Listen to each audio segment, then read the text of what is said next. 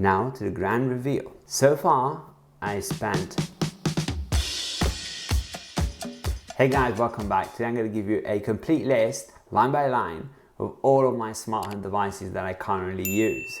I'm also going to give you the approximate price that you would pay for these devices if you were to purchase them today. And towards the end of the video, we're going to find out how much I actually spent on my smart home since buying that first single Philips Hue light bulb in 2015.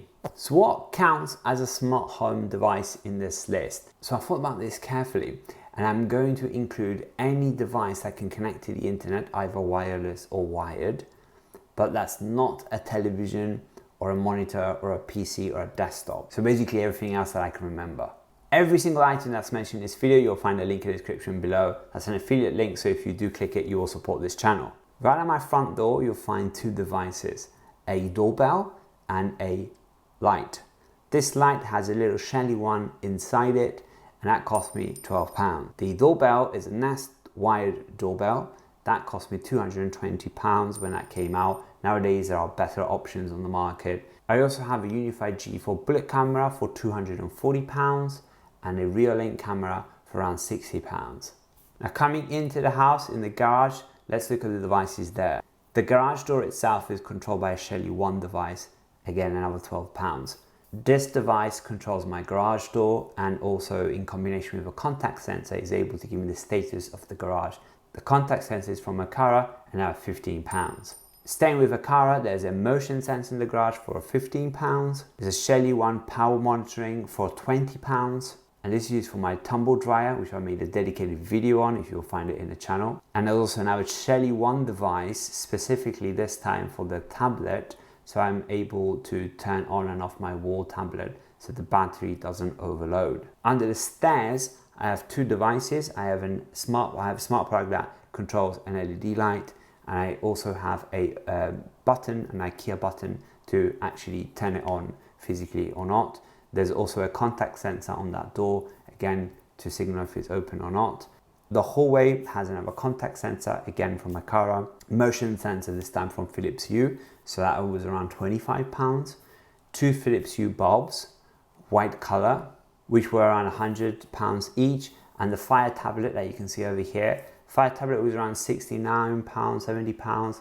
Then the installation cost, which I'm not going to calculate, and then also the actual frame. It was a custom frame that I bought, I think on Etsy somewhere, so let's just call it £100. The place where there's most tech concentrated is my rack, and there are also some of the high value pieces of the setup. So starting from the router, the Unified Dream Machine SE, so special edition, that was around £350. There's a Unified PoE 24 port switch, around for £400. A Unified mini switch, which supplements the bigger switch, for £30. An HDMI distribution from HD Anywhere. This is like a 4x3x1 distribution, so 4 inputs can distribute to 3 remote outputs and 1 HDMI output, and that's around £1,000, so £1,100. The QNAP NAS I actually purchased in 2017 has been working flawlessly, day in, day out, 24 hours, 365 days. So I actually purchased it, I think, for quite a deal. It was around £400 if you calculate the machine and then also the drives. I then bought additional drives afterwards, and I also upgraded the RAM, but I can't remember the cost of those. But let's just say £400 to keep it round. There's another NAS solution, an Amber NAS, that I was sent as a review unit. That would cost around £350. And a Synology unit that I was sent again for another test. And that I think also comes around £400, but I'm not going to be calculating that in that total. The Android N2 runs my Home Assistant server, and it's the same hardware as the Home Assistant Blue, and that's around £120. And then there was the flash drive, which I can't remember how much we paid for, so let's say 120. The Combi 2 stick, which is that USB dongle thing that allows you to connect Zigbee devices to your smart home, around £30. The PlayStation 5 was around £500 if I remember correctly. There's an Apple TV 4K, but this is like an older generation from 2 to 3 years ago. I don't know which number it is, to be fair. So let's call that was £120. That was a gift. DG Quest 4K, so this is a decoder for Italian TV, and this is around 130 pounds. HD Bass is sort of a recording device that allows me to record devices and integrate with Plex. So if you're interested in that sort of thing, just comment down below and I will explain in more detail. That costed around 120 pounds. The Hue Bridge is around 670 pounds.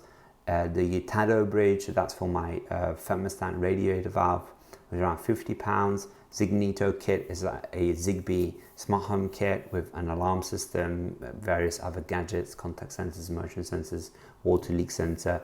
Yeah, and that would be 150 pounds if you were to buy it now. In the kitchen, we have this EcoVax robots, which I reviewed on the channel.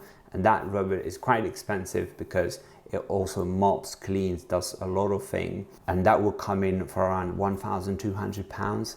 Our usual Aqara motion sensor for 15 pounds. This time, the first time that I mentioned it, we have Sonoff switches. So these are smart switches that I use to control lights. So there's two of them in this room. One is 15 pounds. Let's say both 15 pounds. One's 2 gangs, one's 3 gang. The little light is the only device left from that video I made in 2020 about unboxing and reviewing all the Lido devices. So that LED light strip stayed. I believe I paid 15 pounds for it, which is pretty good value in comparison to the Hue version, which I bought even before that. I think around 60 pounds. So that was a Hue LED light strip.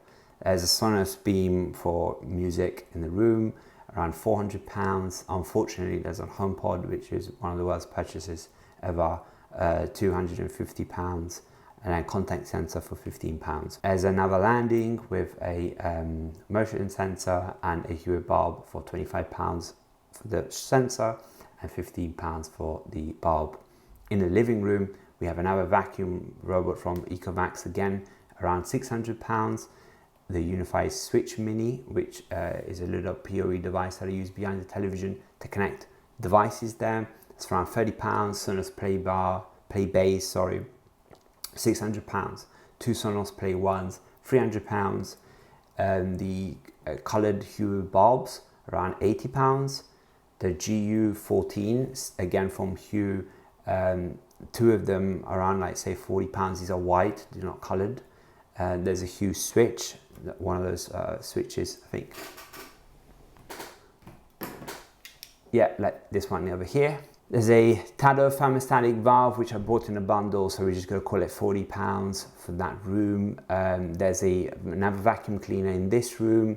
There's a Sonoff 1 gang switch. It's a vacuum cleaner, it's around 250 pounds. Sonoff switch, 15 pounds. The Hue switch, which I just got in my hand, around 18 pounds. The Unified Switch Mini, 30 pounds. That powers a lot of the computers and stuff that sits at the desk that I use for these videos.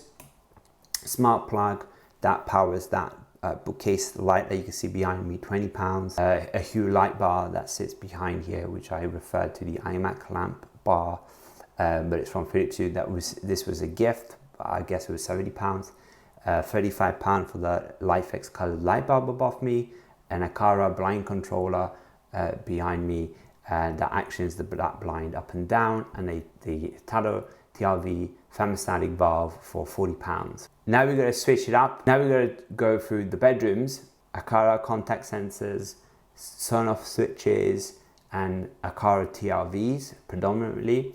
One room has 4 Philips Hue bulbs. The master bedroom has these blinds that just roll up and roll down. Hue switches, and there's also a Hue Go, which I also reviewed in a previous video, and a Shelly TRV, which I installed but I haven't actually set up properly yet, and I'll be doing that very soon. And there's another LifeX colored bulb and a HomePod Mini. In terms of voice assistant, there's an Echo. There's a very old Echo in one room. There's another Echo here, and there's 2 Google Minis around the house, so we can call that 30 pounds, 60 pounds. So another 90 pounds to the total build spend. There's also some other CCTV around the house. There's a Unified Dome G3 for around 120 pounds, Unified Dome G4 for 163 pounds, Unified G3 Instant for 25 pounds, an Aqara G2H Pro, which we're using as a baby monitor,